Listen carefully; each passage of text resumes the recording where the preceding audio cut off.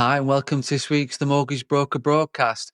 I'm your host, Craig Skelton, and today, in this week's episode, we're focusing on work life balance, especially for those of us who are self employed mortgage brokers and business owners.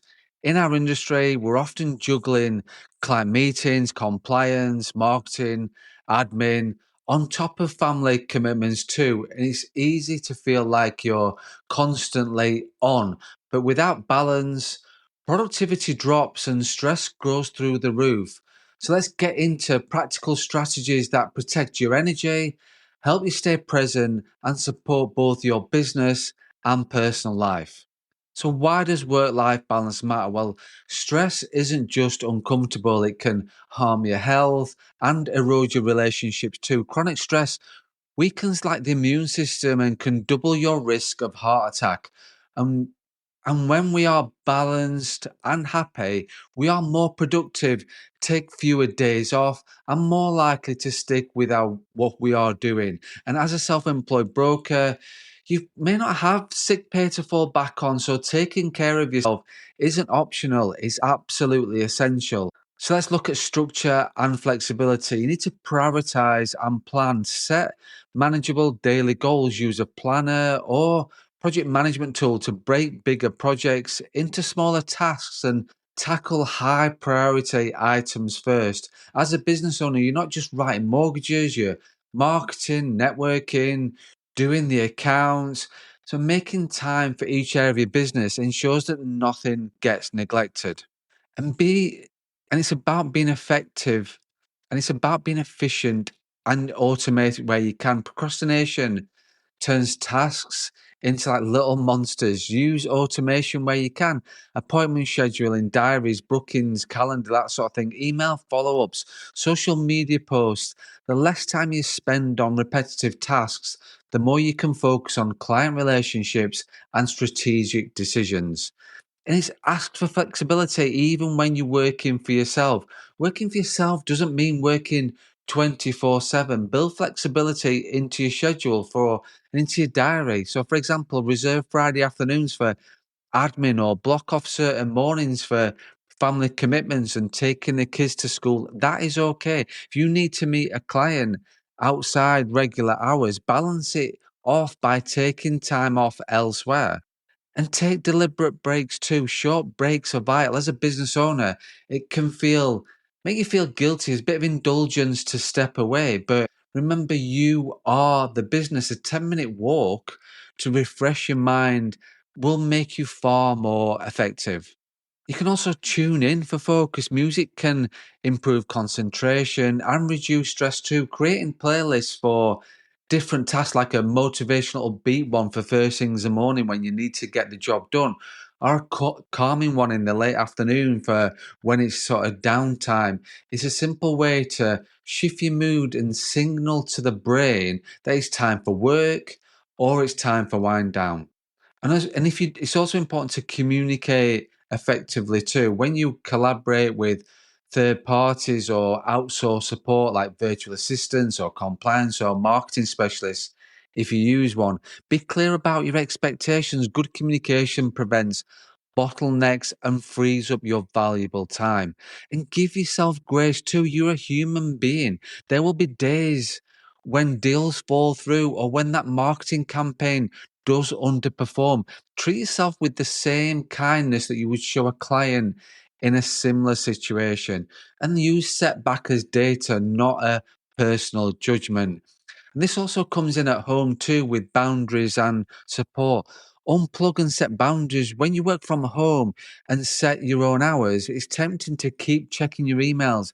Commit to an end of day routine. Shut down your laptop, mute notifications, and leave work in the office, even if the office is the corner of your living room or your dining room, which for most people it is. And also say no to overscheduling. As a business owner, there are endless lists of tasks you could take on. You need to evaluate whether each commitment is aligned with goals and values. And it's okay to say no, especially to those events that don't directly support your business or your personal life. And also build a support network. Join broker communities to share experiences and get advice. Connecting with others who understand the self-employed journey will provide you with encouragement and reduce that isolation.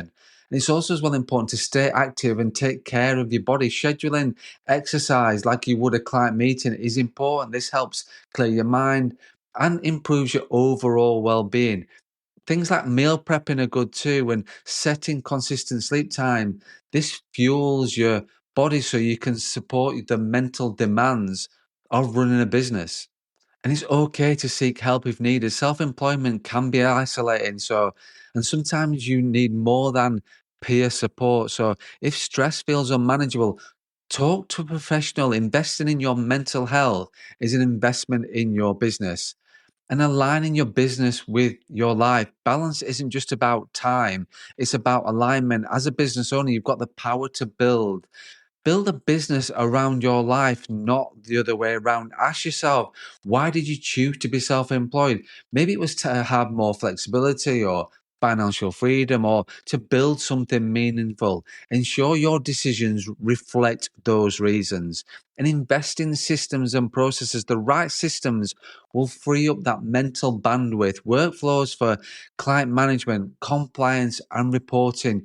You don't need to reinvent the wheel for every single case, but building standard operating procedures so you can work efficiently and take time off without everything grinding to. It's also as well important to work on the business, not just in it. Reserve time each and every week to review the finances, plan marketing, and set targets. Business owners often get stuck in the day-to-day tasks and neglect the bigger picture. By stepping back, you'll ensure the business grows intentionally and sustainably too. And build your brand and marketing strategy. Establish a clear identity that reflects your values and attracts your ideal clients. A strong brand helps clients find you and reduces the need for constant prospecting, which gives you back time. And be clear on your compliance and risk. As an advisor, you're responsible for your advice. When you're confident in your processes, you can relax more at home, knowing things are in order. So, how do you do this? Well, these are some practical steps for self employed brokers. First thing is batch tasks, group similar tasks together. For example, dedicate Monday mornings for marketing or Tuesday afternoons to client meetings or Wednesday mornings for admin. Doesn't really matter. You choose, you do what you want to do when you want to do it. But booking those time in and batching them together, this reduces context switching and improves efficiency. And set non-negotiable personal time to protect time for family or hobbies or exercise. Block it in your calendar and treat it as you would any other appointment. And outsource strategically. If you're spending hours on marketing or admin, consider hiring help. The cost of outsourcing is often outweighed by the time and energy you gain to focus on clients and revenue generating activities. And also plan for rest. Don't wait for burnout to take a break. Plan holidays, long weeks, weekends in advance. You're running a marathon, not a sprint. So hopefully that all helps, and that wraps up this week's podcast on work-life balance. Remember, balance is not about perfection. It's about making intentional choices that protect your energy and align your business with the life that you want. So thanks for listening. Thanks for watching. As always, please don't forget to subscribe, leave a review, share it with other brokers that you can feel will help from this podcast. Have an amazing week. And as always, please don't forget to run your own race.